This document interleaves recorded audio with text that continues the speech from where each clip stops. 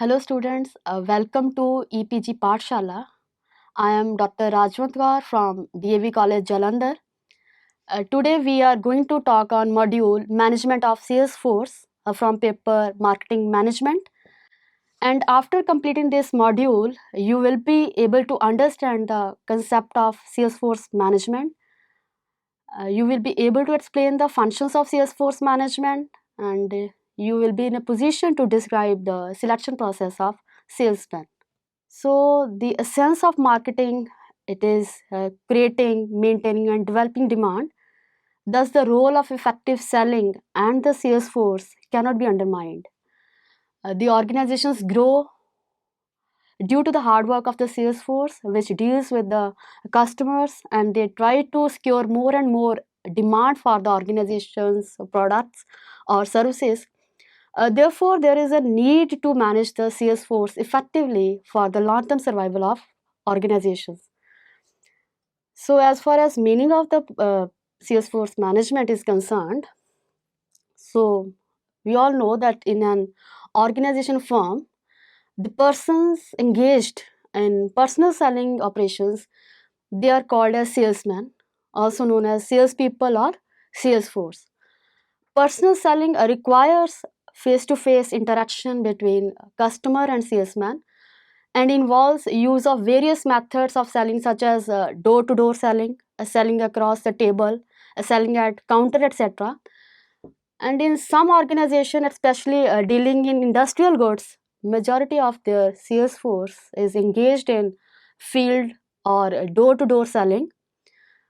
Salesforce management, it relates to planning, organizing, directing and controlling of personal selling activities of an organization, which also includes recruiting, selecting, training, assigning, routing, scheduling, compensating, supervising and motivating, as these tasks are applied to Salesforce.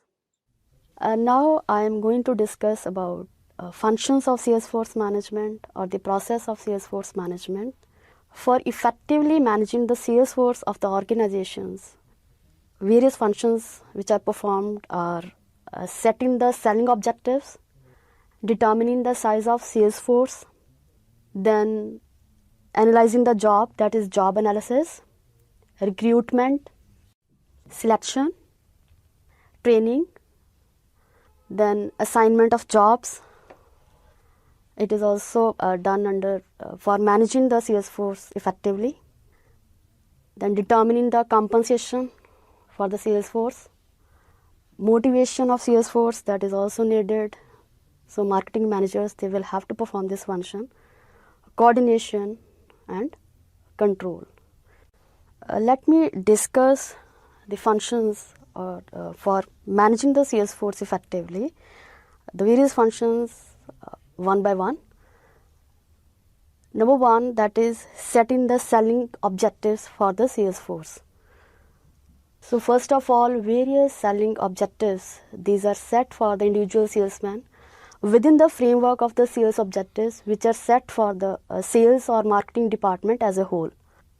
Apart from setting direct selling objectives like sales volume, expense and profitability for each salesman, other objectives are also set in relation to their selling and non-selling functions such as number of calls to be made per day or per week, then the order size to be taken, average cost per call, number of orders to be generated per day or per week, number of middlemen, salesperson to be trained per day, etc. So these are certain other functions, other objectives rather. So these objectives will act as standards for evaluating the performance of salesmen and pinpointing the weaknesses in their performance. Another function which is performed for managing the sales force, that is determining the adequate size of sales force. So obviously it is needed to determine the number of salesmen required to accomplish the sales objectives, as the management of sales force involves cost.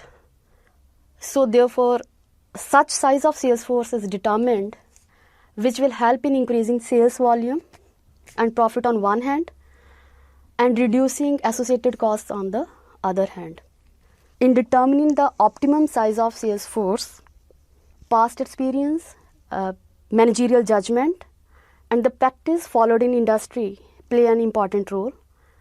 However, some models are also available which can help marketing executives in deciding the right size.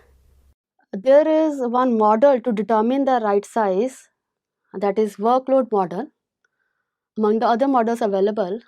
So this model was propounded by W.J. Talley, who believed that all salesmen should have equal workload. As per this model, management should first determine the total workload involved in covering the firm's entire market. Then it should divide this estimated total workload by the workload that an individual salesman is required to handle. So this will determine the number of salesmen needed. So there is another model to determine the size of sales force, which was given by W.J. Samlaw. As per this model, a firm can go on increasing the number of salesmen till additional gross margin on sales volume that each additional salesman is expected to produce. It is greater than the total cost of maintaining an additional salesman. So according to Samlaw, this method is easy to apply as the necessary information is available from accounting records. But sometimes it is difficult to determine the incremental sales that additional salesperson could be expected to generate, especially in the case when increase in number of salespeople does not create a proportional increase in sales. And then comes job analysis.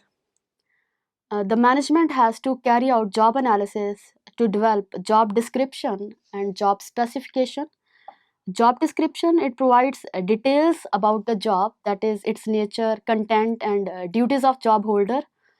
The job description for selling job specifies job duties, extent of responsibility, job conditions, a relationship with the superiors, supervisors, and peers, and type of customers and sales contact involved.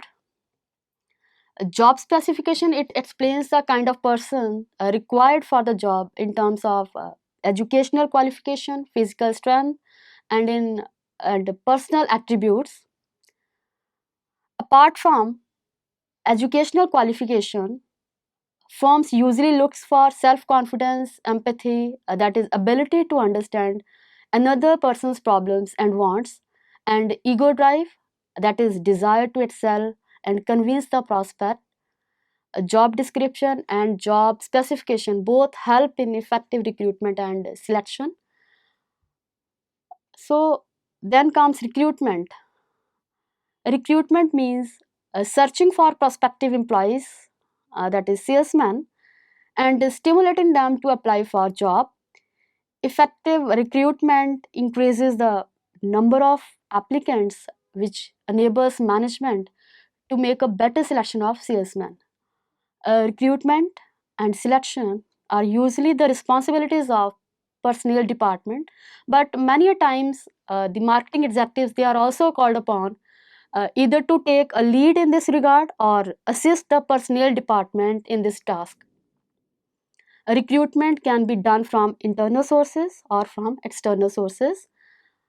Present employees, they may recommend the name of certain persons known to them. Then transfers can be initiated from one branch to another to adjust the requirement of salesmen. Firms may contact employment exchanges, recruitment agencies, educational or training institutes. Then reputed firms or organizations, they usually have unsolicited applicants, that is the candidates who aspire to work in these firms. So the management keeps the record of all such applicants. They can be called upon if need arises. That is a selection function which is performed to manage the sales force. So I'm going to discuss about it. Selection means appointing a suitable person as per the requirements of the job. Selection is considered as a negative process. Why? because it involves the appointment of promising candidate and refusing the unpromising one.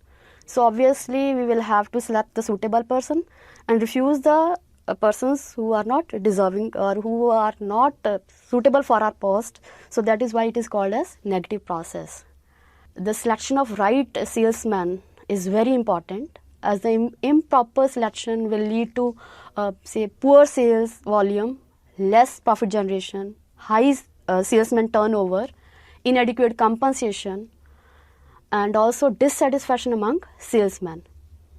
So the sales procedure which is usually followed by the firms, it involves number of steps like receiving and scrutiny of applications, getting application blanks filled. Another step is administering tests, then interviewing, medical examination. The last step is final selection.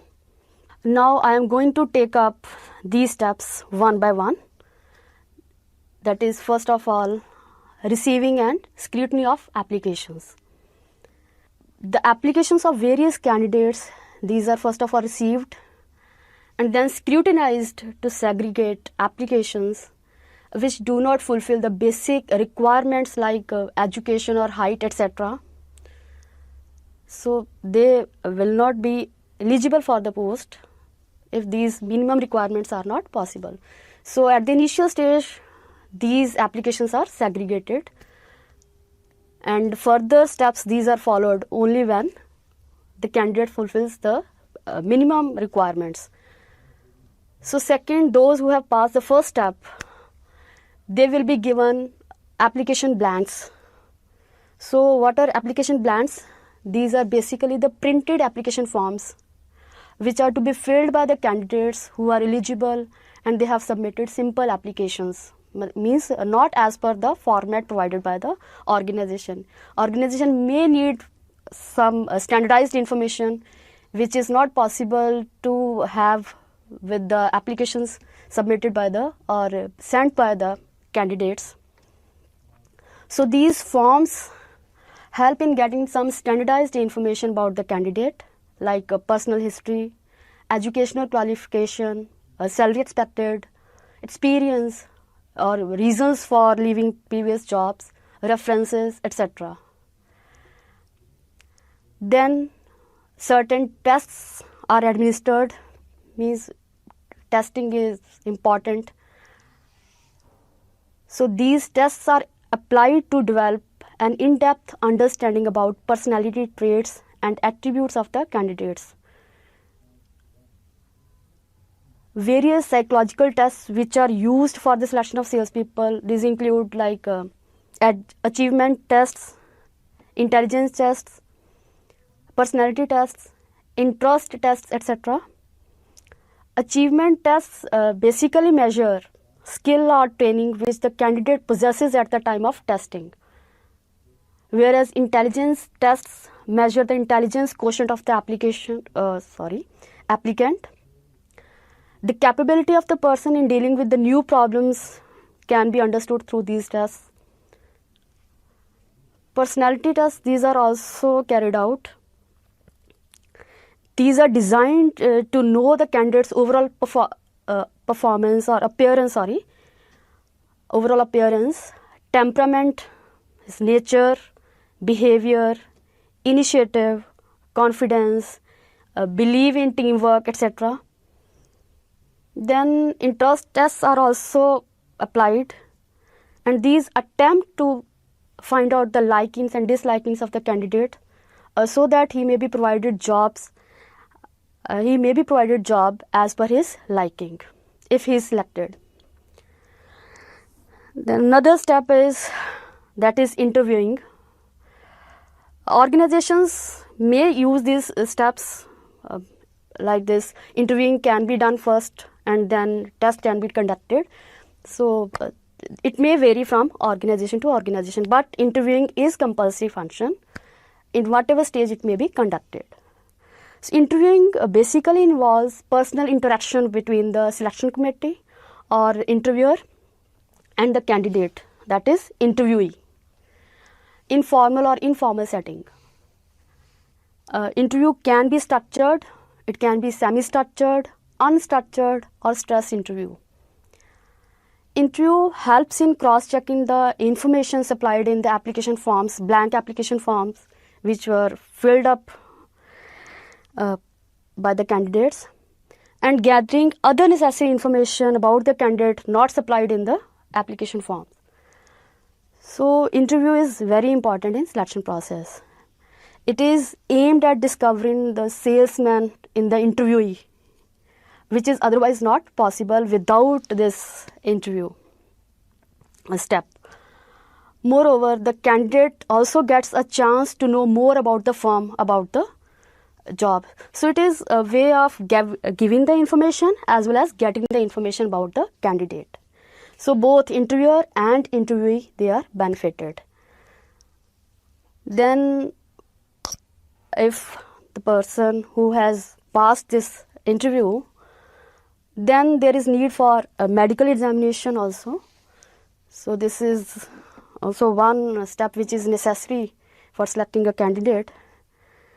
So after passing through interview, the candidate may require to go for medical examination and submit physical fitness certificate for ensuring his physical ability to carry out a hard and stressful selling job.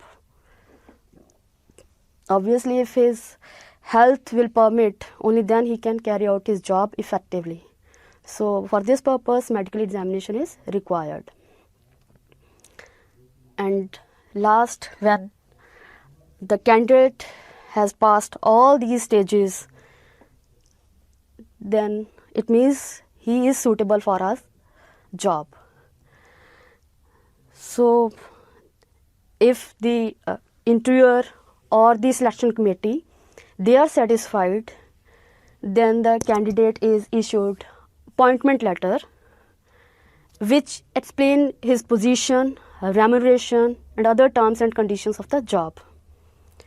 However, the contractual relation is established with the selected candidate when he submits joining letters. I am going to discuss about training.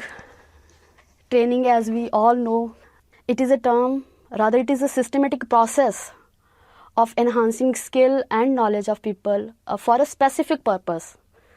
So training is always for a specific purpose, that is to learn specialized skills. Good salespeople, they are not born, rather they are made by training through well-organized training programs. Training can be imparted to group of salesmen through various methods such as lecture, discussion, role-playing or sensitivity training. So these are the methods which are helpful in training the salesman in a group. Training can be imparted to salesmen at an individual level through on-the-job training method or like programmed instruction method. Through various training methods, salesmen, they are provided knowledge, skill and attitude training. So what is sales knowledge training? Sales knowledge training is basically it is knowledge about the product, company, market and selling techniques. So this training is imparted through lectures, conferences, discussions, programmed instructions and plant visits. Under sales skill training, the salesmen are trained about how to approach the customer, identify sales prospects, make sales presentation, overcome the objections, then close sale and follow-up procedure to be followed by the salesman.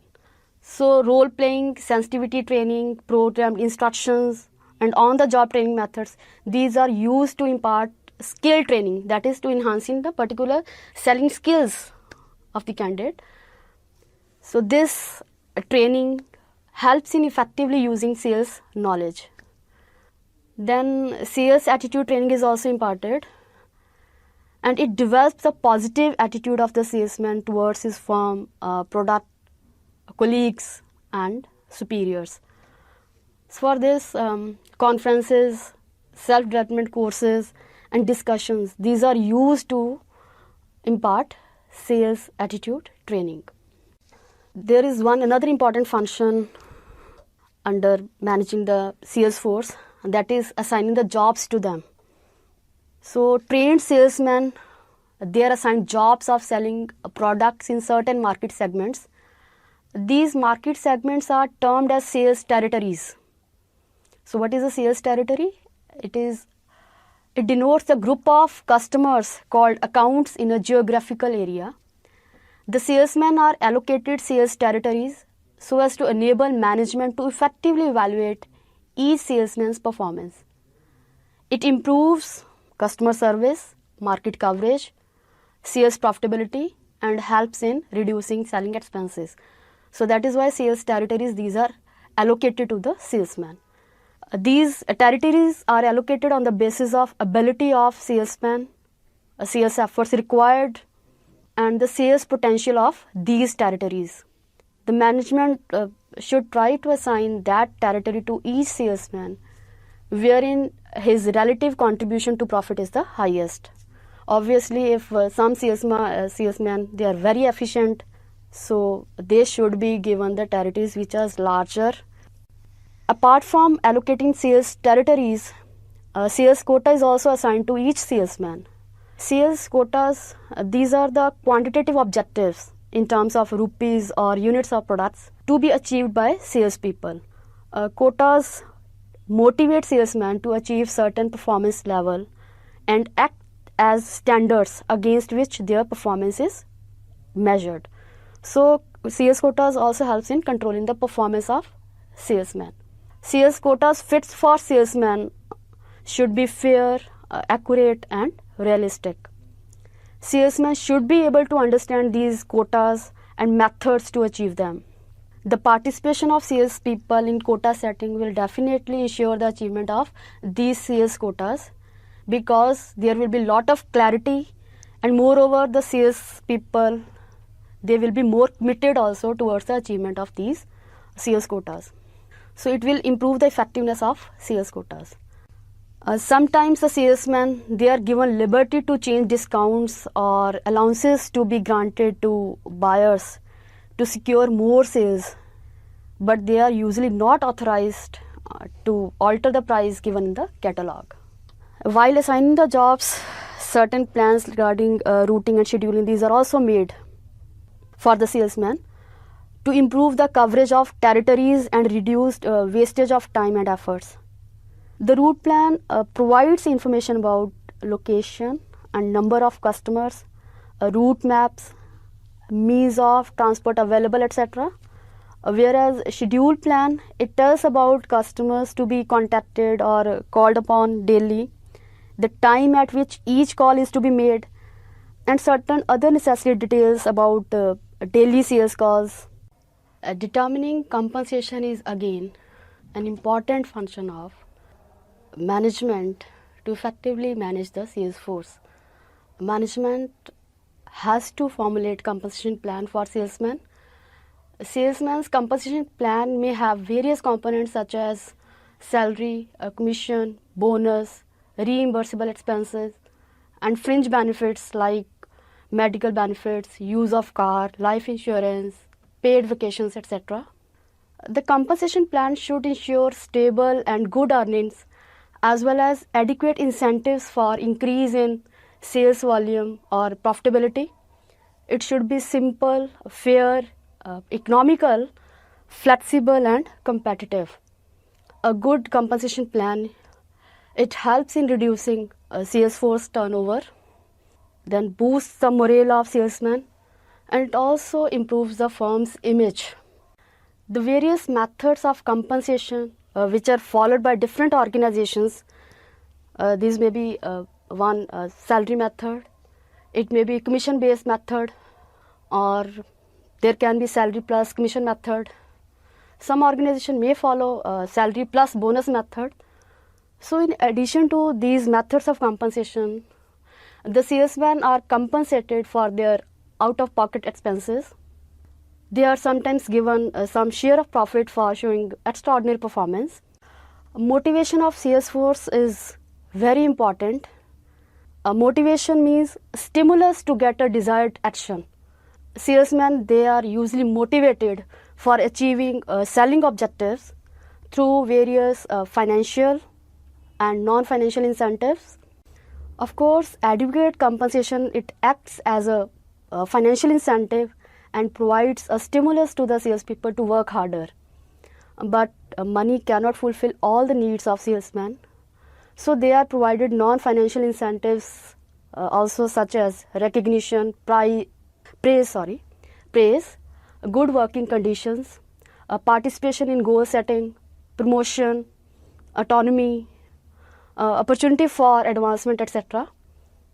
Sales contexts are also employed, which offer financial and non-financial incentives to salesmen on achieving certain goals.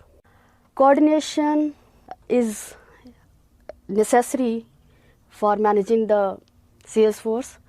Obviously, if their activities are well coordinated, then it will bring better output, and salespeople, they can be rewarded properly. Coordination is basically, it is synchronization of various activities, that is creating harmony, uniformity of action. So management or marketing executives, they have to coordinate the efforts of different salesmen. They have to integrate the operations of sales force with those of physical distribution activities, advertising and sales promotion activities to achieve sales or marketing objectives. Effective communication helps in achieving coordination. Coordination reduces conflicts between salesmen and dealers. Salesmen intersee, that is among themselves, and salesmen and sales team at headquarters. So coordination is very important. Controlling is a very important function, and obviously it is very important function of management at every level. So controlling the performance of sales force or the salesman, that is again essential. Control means evaluating the performance and applying corrective measures if necessary. The management controls the activities of sales force. It evaluates the performance of salespeople periodically and continuously to determine the achievement of targeted performance levels, compliance of policies, rewards, that is to determine rewards. It carries out control function, penalties, and also to assess the need for training. Controlling is carried out. Appraisal of performance helps in identifying the areas where corrective action is required, and it enables management to apply adequate corrective measures so as to improve future performance. Nothing can be done whatever has happened in past, so controlling helps in improving the future performance. The process of sales force control, it includes first of all establishment of standards of performance, that is important. Then the actual performance is measured. Actual performance measured, this is compared with the standards, and if the performance is not up to the mark, that is some deviation is found, then corrective action is taken. So control involves these steps, okay, that is establishment of standards, measurement, comparison, and taking corrective actions. So qualitative and quantitative standards for salesman performance, these are set in the form of sales quotas, expense control, routing and scheduling plans. These also act as standards. Then personal development objectives, selling objectives like gross profit, sales profitability, etc. So these are the standards which are in quantitative terms. Organizations records in accounts and sales department, and salesmen reports, supervision, customer feedback reports. These are important sources of information which help in knowing about salesmen's performance levels. A performance of salesmen against qualitative standards, it is measured and evaluated through opinion reports of sales executives, customer opinion, and merit rating, that is a use of multi-point scale to rate various qualitative factors or traits. Quantitative performance of sales force, it is evaluated through scale, through sales records and reports, ratio analysis, profit and loss statement analysis, and comparison of salesmen's performance with sales quotas. So these quantitative performance of the sales force, that is evaluated through these things. So the control of sales force, it is very helpful in improving the selling methods, determining the salesperson's worth, improving the sales performance and quality of supervision. It is also helpful in knowing the effectiveness of compensation plans, to know the effectiveness of motivation system, and also to know the problems of sales force. And since control function is very important, it provides very benefits also. So a sound control system of an organization must ensure a fair evaluation, quick reporting of performance and deviations, a timely corrective action, and human touch in dealing with salesperson who are showing poor performance. So students, let us now summarize what we have learned in this module. In an organization or firm, persons engaged in personal selling operations, they are called as salesmen, salespeople, or sales force. Sales force management relates to planning, organizing, directing, and controlling of personal selling activities of an organization, which also includes recruiting, selecting, training, assigning, routing, scheduling, compensating, supervising, and motivating, as these tasks are applied to Salesforce. Organizations' sales and profits, these are dependent on the efficiency of salesmen. So their efficient management is the major task of sales or marketing management. Effective Salesforce management includes various functions such as setting, selling objectives, determining size of sales force, job analysis, recruitment, selection, training, assignment of jobs, determining compensation, motivation of sales force, coordination and control.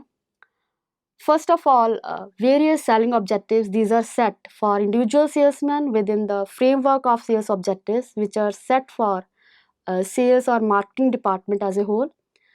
The management has to carry out job analysis to develop job description and job specification. Job description, it provides details about the selling job, that is its nature, content and duties of job holder, that is salesman. A job specification explains the kind of person required for selling jobs in terms of educational qualification, physical strengths and personal attributes. Recruitment means searching for prospective employees, that is salesmen, and stimulating them to apply for job. Recruitment can be done from internal sources or external sources.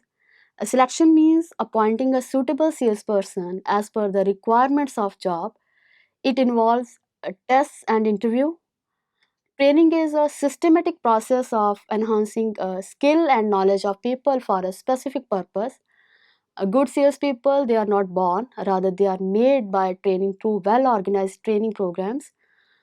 The trained salesmen, they are assigned jobs of selling products in certain market segments. These market segments are termed as sales territories. Apart from allocating sales territories, sales quota is assigned to each salesman.